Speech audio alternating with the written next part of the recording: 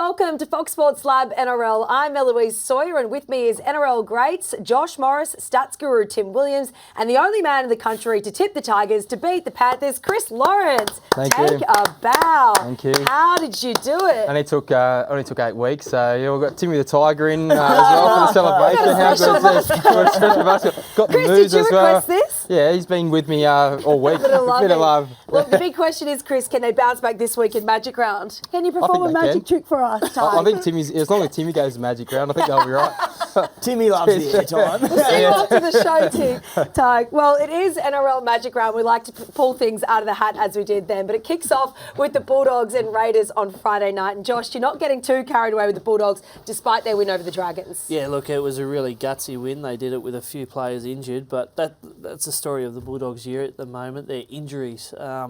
You know, every time they look good, someone else gets injured. Braden Burns was outstanding for them on the weekend, and he's not playing this week.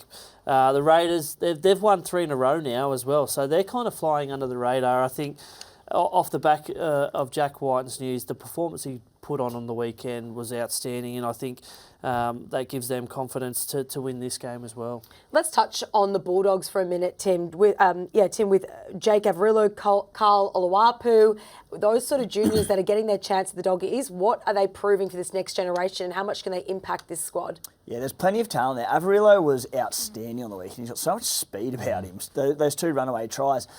Oluwapu's an interesting one. Obviously got his debut on the weekend, came off the bench. You can tell that they're obviously being pretty patient with him. They'll ease him into a starting role. In New South Wales Cup, he's a big ball running 5'8".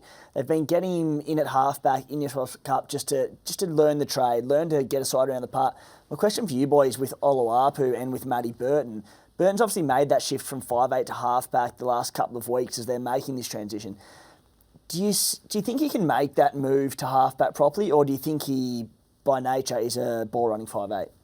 Oh, I think he can. He's young. You know, that they can teach him the system and he can learn it and then go down in reserve grade and implement it and then come up to first grade so he feels confident. I think having a bloke like Josh Reynolds there is going to be massive for his development as well. He'll only help him and teach him the ropes as well. So I think it's definitely possible that he can slot into that halfback position. I think you look at like a side like the Sharks, they've really got 2 running ball players, you know, Matt Moyle and Nicho Hynes, and I was probably at first sceptical if they would work. They've shown that it can work if you have a 9, obviously like Brayley there, and you've got Reid Marnie there to really look after the middle. If they've got a 9 that control the middle of the ruck and have 2 running ball players, I think it can work in the long term, especially if they've got good kicking games as well. That's probably the most important thing of being a halfback. So who comes away with the 2 points in this one?